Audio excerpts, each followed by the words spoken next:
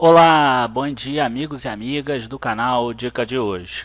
Vídeo de hoje, de sábado, é dia da gente falar sobre macroeconomia e eu separei para vocês hoje um assunto que eu considero de extrema importância. É claro que o noticiário prefere ficar falando de eleições, se o candidato A vai ganhar, se é o B, se vai ter segundo turno, se não vai ter. Enquanto isso, a economia aí do Brasil está girando e o mercado está em alta ou em baixa apenas por especulação. A gente já viu, começou a ver na trilogia eleições aí na quinta-feira que o que importa, na verdade, é o que acontece depois na economia. Na semana passada, inclusive, a gente falou sobre isso também. E eu quero falar hoje sobre o risco de inflação, o risco da inflação voltar ao Brasil. É claro que vocês já devem estar percebendo essa inflação voltar, mas a gente vai falar um pouco mais sobre isso e aí um risco sim dela voltar para a inflação oficial, que é o IPCA. Então curtam o vídeo, se inscrevam no canal, avisem também os seus amigos e a gente já começa depois da vinheta.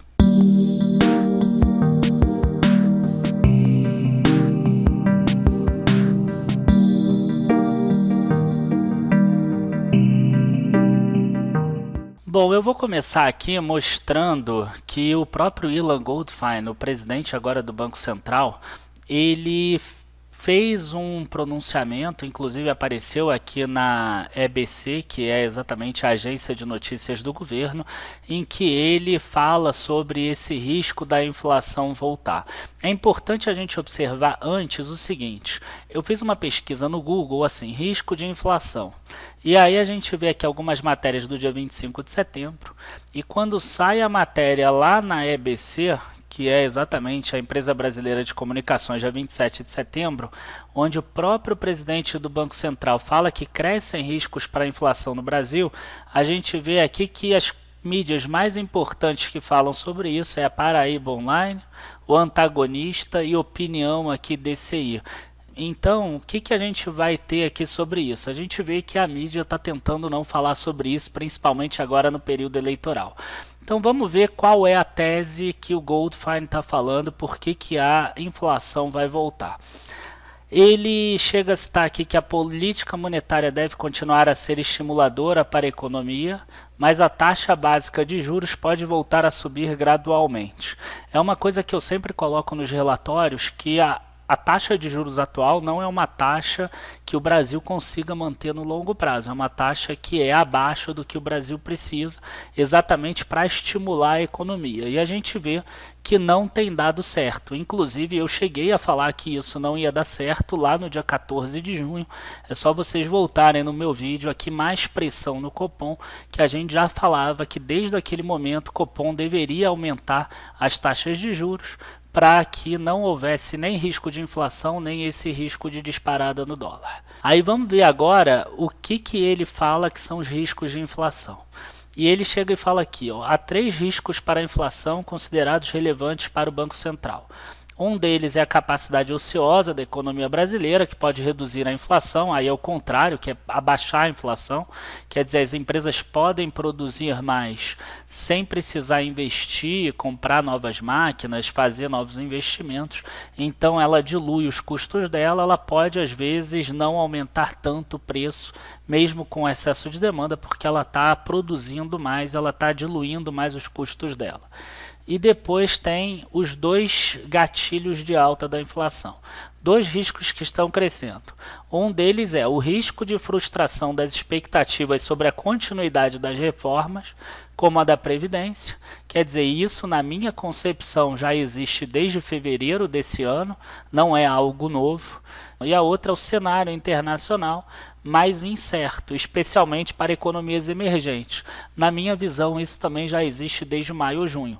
Não é de hoje que a gente vê aí problemas na Turquia, problemas na Argentina, e eu já cheguei a citar isso em alguns outros vídeos também, que o Brasil está brincando de ter juros reais lá embaixo.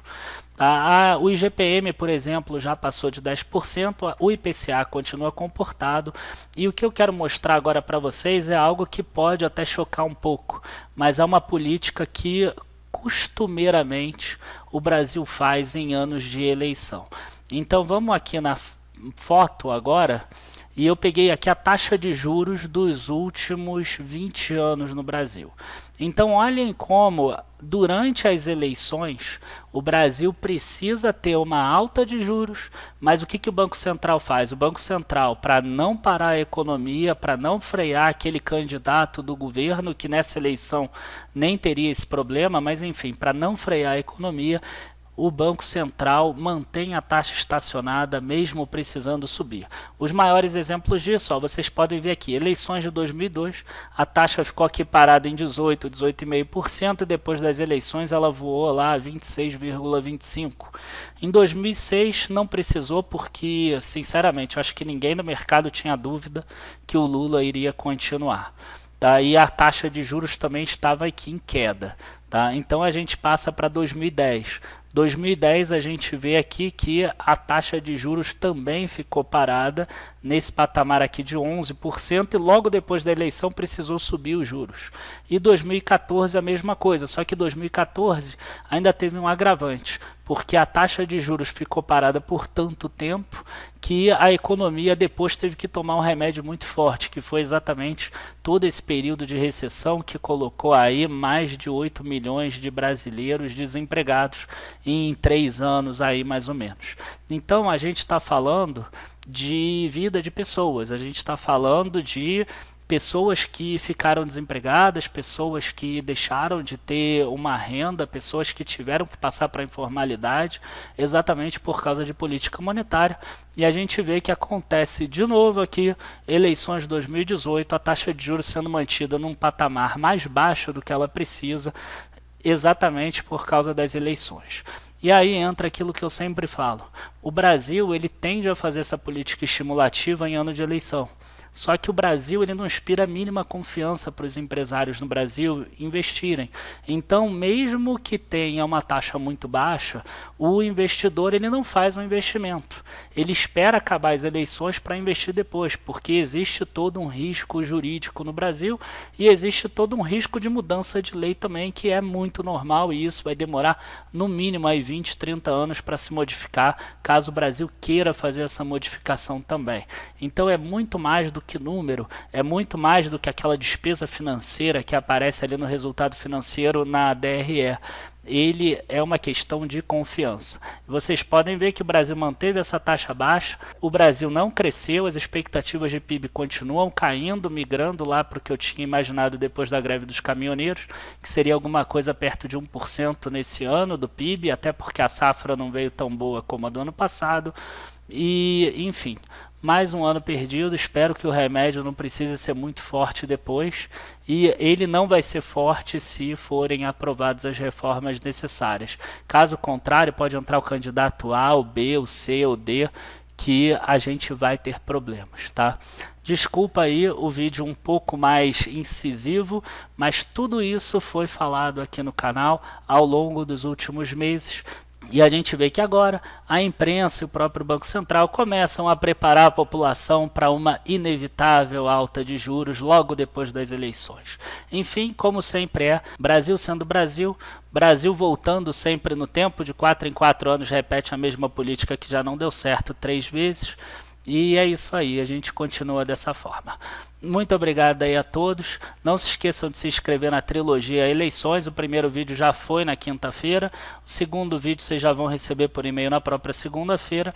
Independente do resultado das eleições, é interessante observar porque é um foco muito mais no longo prazo do que em si nas eleições. Como vocês já perceberam, eu estou muito mais preocupado com o crescimento da economia e com a criação de bases para uma economia forte e sólida do que se o candidato A, B ou C vão ganhar. Muito obrigado a todos de novo. Abraços, bons investimentos na segunda-feira. Tchau, tchau.